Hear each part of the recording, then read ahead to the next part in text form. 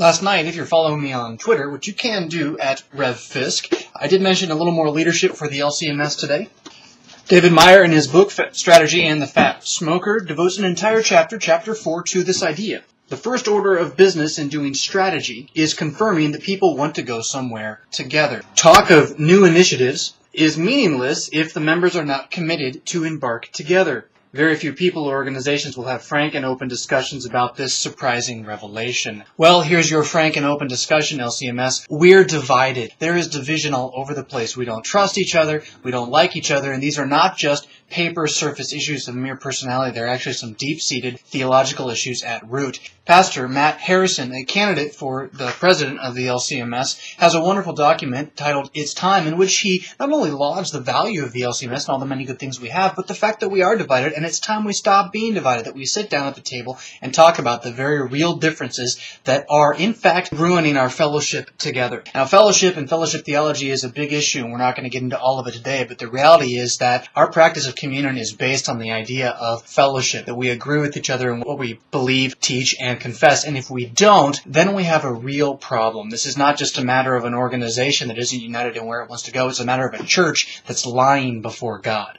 In the book, he asks this question: if one team is taking collaborative building approaches, is it acceptable for another to act in an independent, short-term fashion? If the answer is yes, it would be hard to see what is meant by saying the organization has a strategy. So if you've got one LCMS church right here, and 10 miles away you've got another LCMS church right here, and you walk in and they are as different as night and day, guess what? This should be a sign to you. There's a problem in the organization. Now, the irony of all this is that the leadership in the LCMS right now actually thinks this is a good thing. They are following the postmodern trends, celebrating diversity of all kinds, and all they can do is say, Formula of Concord 10, Formula of Concord 10, which is basically to say that there's this thing called Adiaphora, which is a license to do whatever the heck we want to do, just because we feel like it, so be quiet and leave us alone. Okay, if that's actually what the Formula of Concord says, which I would tell you it's not, maybe this isn't going to be very good for the organization in the long haul, at least according to American leadership strategy. Sometimes a firm in existence for a long time can find it impossible to define a coherent strategy because there is no consensus on why the relevant people are together. That is to say, people in the organization are just together by happenstance of fate, not because they actually want the same things to happen. In such a situation, there are only two options. Option one, he tells us, is avoidance. Pretend it isn't there. Option two, this is the hard option, be honest, admit the differences, and part ways peacefully. I quote, splitting is not necessarily a tragedy. If people in an organization truly want to pursue different objectives and operate in different ways, it can be better for all concerned to confront the topic and amicably go in separate ways than to squabble or silently resent each other. Okay, go ahead. Get mad at David Meister for saying it. I didn't say it. He said it. It's just, leadership strategy. If you're differing in confession, you shouldn't be working together for the sake of the church. Of course, he also points out that avoidance is the most common, papering over differences, ignoring the problem, and complaining all the time that everybody wants different things and nothing gets done. Now, don't tell me that doesn't sound like us. Moving on, a little science for you today. We're going to talk about DNA. DNA is a substance in the body which is made up of proteins that uses proteins to replicate proteins to tell your body what to do with the proteins so that your body can be your body. The problem is, as some scientists who are questioning what they're seeing have discovered, is that DNA is a closed circle. DNA needs proteins to replicate, but those same proteins are already encoded in the DNA. So it's basically which came first, the chicken or the egg. And being that it's a closed loop, if neo-Darwinian macroevolution is true, how did the loop get started? You follow me on this? Whatever made the first DNA strand could not in any way have made that DNA strand the way that DNA strands are made today, because DNA strands are made by DNA strands using RNA strands. All of this is cataloged in a book called The Signature of the Cell by Stephen Meyer, and his point as he goes through this book is that DNA is more than information. It's code. It's not almost code or kind of like code. It's exactly code. And the problem with this is that pure chance, over billions and billions of years, does not ever create code. Now, I suppose you can say, but I'm a scientist. I don't believe in codes. But here's a hat tip. You're going to sound pretty silly saying that. The question a real scientist has to ask when he finds a code somewhere in the universe is twofold. First, how do I break the code? And that's exactly what most macroevolutionary scientists have been doing with things like the Human Genome Project, trying to break the code of DNA. No one's got any problem with this, and they talk about it being code all the time, but then they don't ask the second question. If it's code,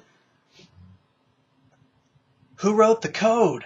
If no one wrote it, it ain't code. The very fact that macroevolutionary scientists like James D. Watson, atheist, has spent his life trying to break the code through the Human Genome Project betrays his own ideas. If you're an atheist and everything's all by chance and just happened, how can you possibly believe there's such a thing as code? It's all random chance. The fact that you're finding code should kind of show you something. Now, this is an old philosophical argument. I don't expect to win anyone over to my side. I am, however, trying to encourage those of you who are on my side to realize they're inconsistent. Hat tip to Salvo Magazine. On another note, also hat tip to Salvo Magazine. Feminists in Sweden have begun to argue that men should sit down to urinate in order to express their more gentle side. Meanwhile, family therapist Olga Silverstein has written that we need to end the gender split. For until we are willing to question the very idea of the male sex role, we will be denying both men and women their full humanity.